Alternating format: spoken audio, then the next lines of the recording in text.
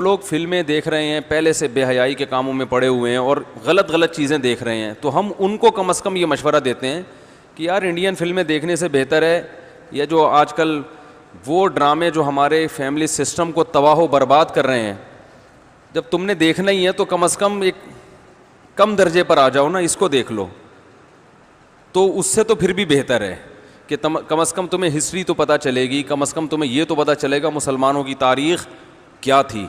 اور ایسے صرف دعاؤں سے کام نہیں بنا، انہوں نے بڑی بڑی قربانیاں دی ہیں۔ سلطان محمد فاتح نے بہت بڑی قربانی دے کے قسطنطینیہ فتح کیا تھا، دنیا کی سب سے بڑی توپ بنائی تھی اس نے، اور آج ہماری صرف باتیں توپ ہیں، باتیں ایسی کریں گے جیسے بہت بڑی توپ ہیں ہم، کوئی عمل ہمارے کیا ہیں زیرو، نہ سائنس میں آگے، نہ ٹیکنالوجی میں آگے، نہ مذہب میں آگے۔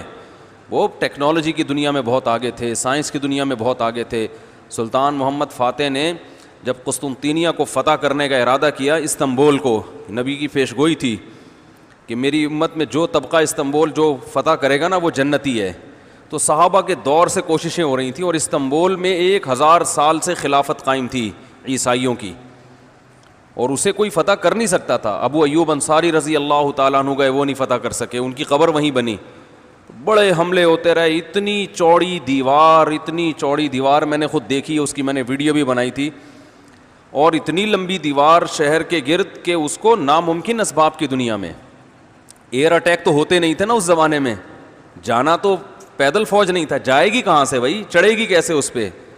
سیڑھیاں لگا کے جو چڑھتے تو اوپر انہوں نے گرم تیل گرم ہوتا تھا، اس کے دیگ رکھے ہوئے ہوتے تھے، تو وہ دیگ الٹتے تھے تیل ڈال کے، کوئی چڑھ نہیں سکتا تھا، بہت زبردست ڈیفنس تھا، کوئی میلی آنکھ اٹھا کے دیکھ نہیں سکتا تھا، اور جتنی لڑائیاں ہوئی سب ناکام ہوئی تھیں۔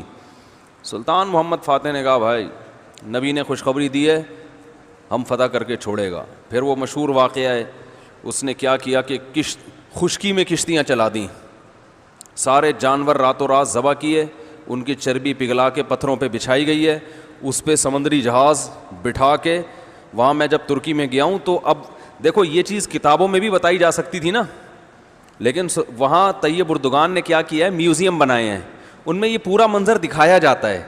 خدا کی قسم ایسا ایمان بڑھتا ہے کہ چیخیں مارنے کا دل کرتا ہے، ایسی جو علماء بھی گئے ہیں نا، بنوری ٹاؤن کے ایک شیخ الحدیث گئے تھے، وہ کسی نے بتایا وہ رو رہے تھے چیخیں مار کے، جو جاتا ہے یہ منظر ہوتا ہے، وہ جب دکھاتے ہیں نا اپنی آنکھوں سے، بھائی کیا منظر، اور کیسے وہ کشتیوں کو راتوں رات خشکی پہ لے کے چلے ہیں، اور خشکی پہ لے جا کے پیچھے سمندر میں اتارا، اور سامنے سے بھی اٹیک اور پیچھے سے بھی اٹیک۔ انگریزوں نے لکھا ہے، گوروں نے ہسٹری میں، کہ یہ اسباب کی دنیا میں ممکن نہیں ہے، بہت بڑا کارنامہ انہوں نے سر انجام دی، اور راتوں رات۔ تو یہ ہماری تاریخ تھی جس کی وجہ سے ہمیں عروج ملا تھا۔ آج ہم صرف پیڑے کھا رہے ہیں، باتیں ٹھوک رہے ہیں بیٹھ کے، صحیح ہے نا؟ بزرگوں پہ طنز، علماء پہ اعتراضات، ایک دوسرے پہ کیچڑ اچھالنا، فرقہ پرستی، ان چیزوں میں ٹائم ضائع ہو رہا ہے، اور کوئی موٹیویٹ کرنے والا نہیں ہے، کوئی تعمیری کام کرنے والے لوگ بہت تھوڑے رہ گئے ہیں، اور ٹیکنالوجی کی طرف تو توجہ ہی نہیں ہے۔ یونیورسٹی میں جو لڑکا مذہب پہ چلتا ہے، سب کی بات نہیں کر رہا، ایجوکیشن میں سب سے پیچھے وہی ہوتا ہے، عام طور پہ اسی کی شکایتیں آ رہی ہوتی ہیں، یہ چونکہ نمازی ہے لہذا نمبر سب سے کم اس کے آتے ہیں۔ نمازی کے نمبر تو زیادہ آنے چاہیے بھائی،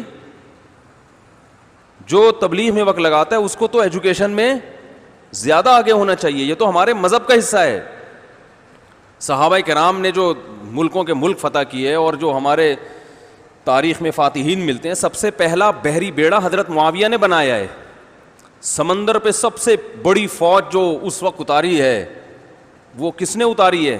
حضرت معاویہ رضی اللہ تعالیٰ عنہ نے، اور نبی نے پیشگوئیاں سنا دی تھی پہلے کہ سمندر کی لڑائی ہوگی، اس میں جو شہید ہوگا اسے میں جنت کی خوشخبری دیتا ہوں، اور آپ صلی اللہ علیہ وسلم نے سمندر میں شہید ہونے والے کو زیادہ بڑا شہادت کا درجہ عطا فرمایا۔ میں نے تو سمندری لڑائی کے فضائل پر احادیث جمع کی تھیں، ایک میرا بیان ٹوٹلی اسی پر ہوا تھا کہ سمندری لڑائی کتنی اہم ہے۔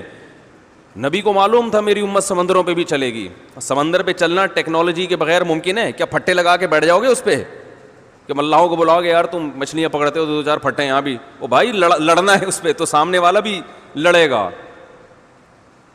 تو نبی صلی اللہ علیہ وسلم نے فرمایا جو سمندری لڑائی ہے، جو شخص سمندر میں جہاد کرے گا اس کے جو چکر آئیں گے نا اس پہ بھی اللہ اس کو اجر دے گا.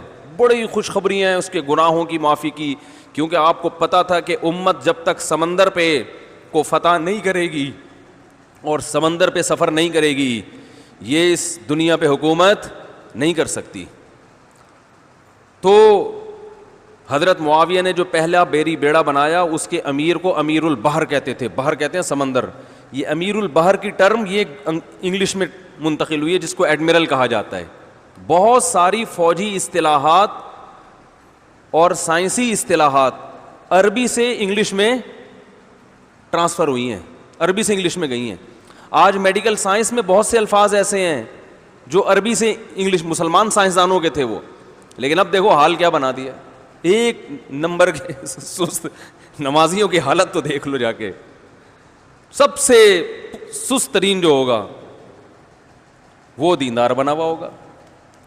سب کی بات نہیں کر رہا, ڈاکٹروں میں ہم نے بڑے اچھے اچھے دیندار دیکھے ہیں, سائنسدانوں میں, ایٹمی سائنسدانوں میں تو دیندار زیادہ ہیں الحمدللہ, لیکن میجورٹی کی بات کر رہا ہوں کہ پتہ نہیں ہمارے ذہن میں یہ کچھ ایسا کسی نے, شیطان نے بات ڈال دی ہے کہ ہم نے صرف جو ہے ایک طرف کو فوکس کیا ہوا ہے, دوسری طرف کو ہم نے بالکل نظر انداز کر دیا ہے. تو بھائی جس طرح سے دین کی تعلیم انتہائی ضروری ہے, اس کی کوئی اس کی اہمیت کی کمی کا انکار نہیں کر سکتا. انگریز جو تباہ ہو گئے نا, فیملی سسٹم تباہ ہو گیا, زنا معاشرے میں پھیل گیا, والدین اولڈ ہوم میں, وہ وجہ کیا, مذہب نہیں ہے نا, مذہبی تعلیم نہیں ہے. لیکن ہم جو معاشی لحاظ سے تباہ ہو گئے اور ترقی میں پیچھے رہ گئے, وجہ کیا ہے, مادے پہ محنت نہیں کی ہے. تو دونوں محنتیں ضروری ہیں. داؤد علیہ السلام کو روحانی ترقی بھی ملی اور اللہ نے آپ کے ہاتھ میں لوہا بھی پگھلایا. کیوں پگھلایا؟ تاکہ لڑیں, کیونکہ صرف نمازوں سے لڑائی ممکن نہیں ہے. ذکر کرتے تھے نا داؤد علیہ السلام, چاروں طرف سے پرندے جمع ہو جاتے تھے, ایسی خوبصورت آواز میں تلاوت کرتے تھے, ذکر کرتے تھے. وَالطَّيْرَ مَحْشُورَةً كُلٌّ لَهُ أَوَّابٌ, قرآن کہہ رہے پرندے, اور یا جبالُ أَوِّبِي مَعَهُ وَالطَّيْرُ, جب اللہ کا ذکر کر رہے ہیں پہاڑوں سے بھی لا الہ الا اللہ کی آوازیں آتی. یہ ذکر تھا, لڑنے کے لیے یہ نہیں ہے کہ اے داؤد ہم نے آپ کو ذکر بھی دیا اور آپ جو ہے روزے بھی رکھتے ہیں اور تہجد بھی پڑھتے ہیں, لہذا اب آپ کو تو اسلحہ بنانے کی ضرورت نہیں ہے, ویسے ہی فتح ہو جائے گی ایمان کی طاقت سے. نا نا نا نا نا, زرہیں بناؤ, قدر فی السرد, صحیح ہے نا, کڑیاں بناؤ, فوج تیار کرو, لڑائی کے لیے اصول بولتے کیوں نہیں بھائی, کچھ اور ہیں. تو دونوں چیزیں نہیں ہیں. داؤد علیہ السلام, سلیمان علیہ السلام کے گھوڑے بھی تو تھے, انہیں کیا ضرورت تھی گھوڑوں کی بھائی. کہتے میں اللہ کا اتنا عبادت گزار ہوں, میں اسباب اور وسائل کیوں, میں مصلی بچھاؤں گا, دعا مانگوں گا, ملک فتح ہو جائے گا. او بھائی گھوڑے رکھے ہوئے ہیں, صحیح ہے نا, ان کو پیار کرتے تھے گھوڑوں کو, کیونکہ اس زمانے میں گھوڑا اور ٹینک برابر تھے, بلکہ ہوائی جہاز تھا گھوڑا اس زمانے میں, تو جنگیں گھوڑوں کے بغیر نہیں ہوتی تھی, گھوڑے تیار کیے ہوئے ہیں. تو لڑے ہیں وہ لوگ اور اسباب اور وسائل اختیار کیے ہیں. آج ہم پیڑے کھانے والی باتیں کرتے ہیں اور پیڑے کھا رہے ہیں بیٹھ کے, اور سمجھتے ہیں کہ بس یہ قرآن خوانیوں سے اور آیت کریمہ سے مسائل کیا ہو جائیں گے حل. تو یہ بھی ضروری ہے بھائی, وہ بھی ضروری ہے. تو میں بتا رہا تھا کہ وہ جو ڈرامے کی بات کر رہا تھا, تو ماحول بنانا پڑتا ہے نا. تو طیب اردگان نے کیا کیا کہ کیونکہ جو لبرل لوگ ہیں وہ ایسے ڈرامے, ایسی فلمیں بنا کے نا نوجوان نسل کا دماغ خراب کر دیا انہوں نے. اتنا دیکھو, اب محمد بن قاسم کو بھی لوگوں نے ڈاکو کہنا شروع کر دیا ہے, معاذ اللہ. وہ شخص جو سندھ میں اسلام لانے کا ذریعہ بنا, اگر وہ ڈاکو تھا تو اس سندھ میں اسلام کون لے کر آیا؟ انگریز کہے گا تمہارے تو اسلام, جو بر صغیر میں اسلام آیا سندھ کے راستے سے, سندھ کو تبھی باب الاسلام کہا جاتا ہے نا. بر صغیر میں اسلام کہاں سے آیا ہے؟ سندھ کے راستے سے. پھر پورے انڈیا میں بھی پھیل گیا اور بنگلہ دیش, برما, کہاں کہاں تک پھیلا ہے. تو انٹری جو ہوئی ہے محمد بن قاسم کے ذریعے ہوئی ہے. پروپیگنڈا دیکھو, وہ بھی چور, وہ بھی معاذ اللہ وہ بھی ڈاکو, محمود غزنوی بھی ڈاکو. وجہ کیا ہے؟ جس کے ہاتھ میں میڈیا ہوگا نا چلے گی اور سنی اسی کی جائے گی, آپ جو کچھ بنا کے پیش کر دیں. تو طیب اردگان نے کہا بھائی ان کو انہی کی زبان میں جواب دینا ہے. ناول لوگ نہیں پڑھتے, رسالے نہیں پڑھتے لوگ, تو نوجوان طبقہ فلمیں ڈرامے دیکھتا ہے. تو اس نے کہا ڈرامہ بناؤں گا, اور ایسا بنا کے دکھایا کہ آج رپورٹیں یہ آ رہی ہیں بہت سے غیر مسلم مسلمان ہو چکے ہیں. تو میں عام لوگوں کو ڈرامہ دیکھنے کا مشورہ نہیں دیتا, اس میں عورتیں بھی ہیں اور کچھ کہا جاتا ہے, میں نے نہیں دیکھا وہ ڈرامہ, بے حیائی کے مناظر بھی ہیں. لیکن میں ان لوگوں کو جو غلط چیزیں دیکھ رہے ہیں ان سے کہتا ہوں یار کچھ دیکھنا ہی ہے تو پھر ادھر دیکھ لو, جو نہیں دیکھ رہے وہ کچھ بھی نہ دیکھیں, وہ پھر اس کے بعد پھر آگے بھی جائیں گے, وہ یہ دیکھ کے پھر وہ ان کو شوق پیدا ہوگا ذرا فلمیں بھی دیکھیں. اور جو نہیں دیکھ رہے وہ تو بچے رہے ہیں, جو دیکھ رہے ہیں تو بری چیزیں دیکھ رہے ہیں تو بھائی یہ دیکھ لو پھر, تو اس سے کم از کم ایک کریٹو سوچ پیدا ہوگی تمہاری, اور کم از کم ایک تعمیری سوچ پیدا ہوگی, مسلمانوں کی ہسٹری کا تمہیں پتہ چلے گا. تو اردگان کی سوچ چونکہ یہ تھی اس لیے اس نے وہ کر دیا, اور اس سے بہت لوگ پریشان ہیں اس ڈرامے سے.